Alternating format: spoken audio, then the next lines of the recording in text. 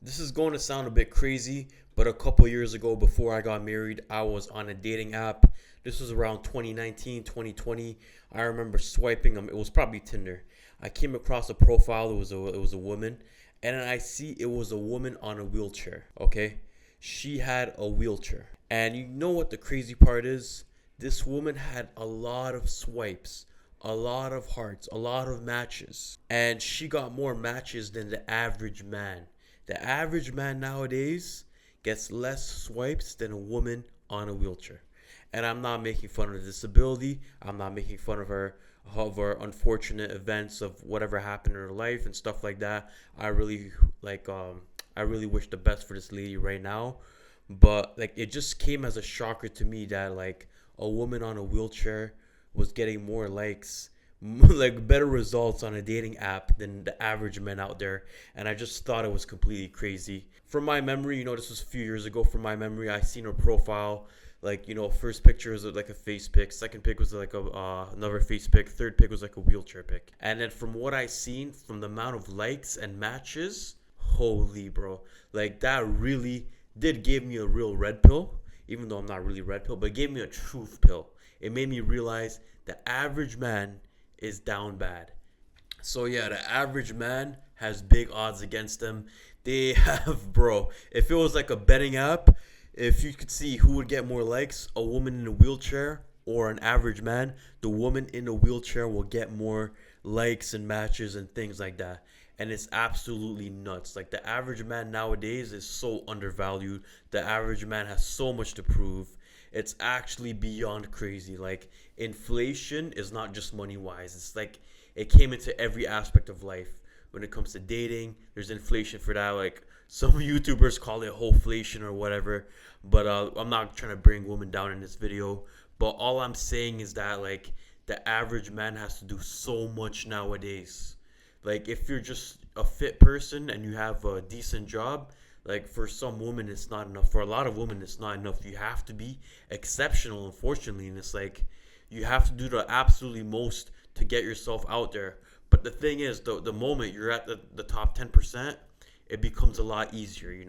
So I'm really wanting to let you guys know that you guys cannot strive to be average. Maybe in 1960 or the 1980s it worked. You could have been average and stuff like that. Nowadays, a woman in a wheelchair has more sexual market value than you.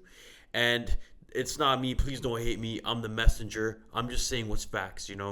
And once again, the woman in the wheelchair, it's her circumstances. People in wheelchairs, I support them. I wish them the best. I've watched the Paralympics a few times, and there's nothing wrong with that. Nothing wrong with being in a wheelchair. It's life. They're making the best out of their lives and stuff like that. And I support her for being on Tinder. Maybe she wants to find her match. She wants to find someone who she can connect with or find her love. That's good for her.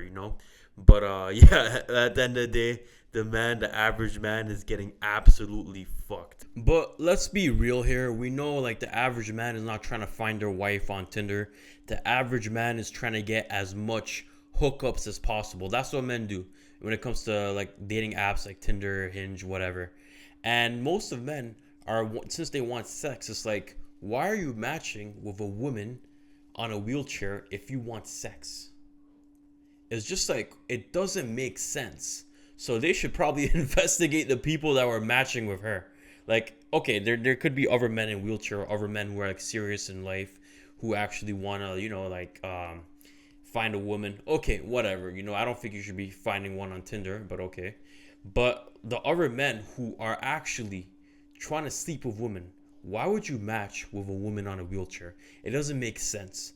Like, I don't know, something fell off about that one. But the fact that she got more the fact that she got more matches than the average man just made it 100 times worse. It just made the story way more crazier. So, like, it just shows how thirsty a lot of men are, and it shows you the perspective of a woman. If a woman could be in a wheelchair and grab more matches than the average man, then the average man is doomed. And also, you have to realize this was around 5-6 years ago, and it's 2026. So inflation and the value of the average man has gotten even worse. So plus, this was a dating app too. It was life, but it wasn't really real life. Where the guys where it's a dating app. Us guys can't show our charisma or personality or our game with dating apps and all over the phone and on text. It's a bit harder than that. So if you're a man right now, bro, and especially if you're average and your height is not 6'1", 6'2", get off the dating apps. Like I know some of you guys are busy on your purpose and you guys want to find the right one or find matches or do whatever you want to do. You know, whether it's to attract as much women as you can. Get off dating apps. They're not efficient for you. They make it hard for you. It's like you have to put in so much work. You have to buy in premium. You have to spend $30 to $50 a month just to have just less searches and less matches than the average woman, just to be on the front page. And even then, the average woman will do a lot better than you on the apps, even if they're use it like once a week. Even they don't have to pay their $30 fee every monthly and all that stuff. They don't have to get those gold services, gold packages and stuff like that.